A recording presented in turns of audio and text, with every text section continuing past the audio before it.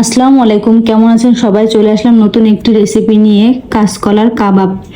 এই কাঁচকলার কাবাবটা আপনারা একবার বানিয়ে খেলে বুঝতে পারবেন যে কাঁচকলাটা কত স্বাদের হতে পারে। প্রথমে আমি 4-5টা কাঁচকলা সিদ্ধ করে ম্যাশ করে নিয়েছি। এর মধ্যে দিয়ে দিলাম 2 চামচ মুসুর ডাল বাটা, কিছু কাঁচামরিচ কুচি, কিছু পেঁয়াজ কুচি, দিয়ে দিলাম ধনিয়া পাতা কুচি, 1/2 চামচ গোলমরিচের গুঁড়া, 1/2 চামচ জিরার গুঁড়া, সামান্য হলুদের গুঁড়া, স্বাদ মতো লবণ, 1 চামচ চাট মশলা দিয়ে এটাকে ভালো করে মেখে নেব।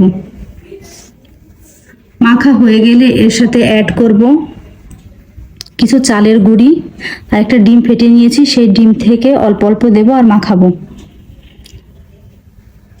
এবার ভালো করে এটাকে মিশিয়ে নিতে হবে। এবার একটি প্যানে আমি তেল গরম করে নিয়েছি। কাবাবের শেপগুলো আমি এইভাবে গোল গোল করে কাবাবের শেপ দিয়ে নেব। তেল গরম হয়ে গেলে এক এক করে কাবাব এর মধ্যে দিয়ে ভেজে নেব। এক পাশ হয়ে গেলে উল্টে দিলাম। এরপর কাবাবগুলোকে আমি লাল লাল করে ভেজে উঠিয়ে নিলাম। কাঁচা কলার কাবাব যে এত মজাদার হয়, এটা যদি আপনি একবার ট্রাই না করেন তাহলে আপনি বুঝতেই পারবেন না যে কাঁচা কলা দিয়েও এভাবে একটা কাবাব তৈরি করে খাওয়া যায়। এটা মাছ মাংসকেও হার মানাবে যদি আপনি এই কাঁচা কলার কাবাবটা একবার বাসায় ট্রাই করেন।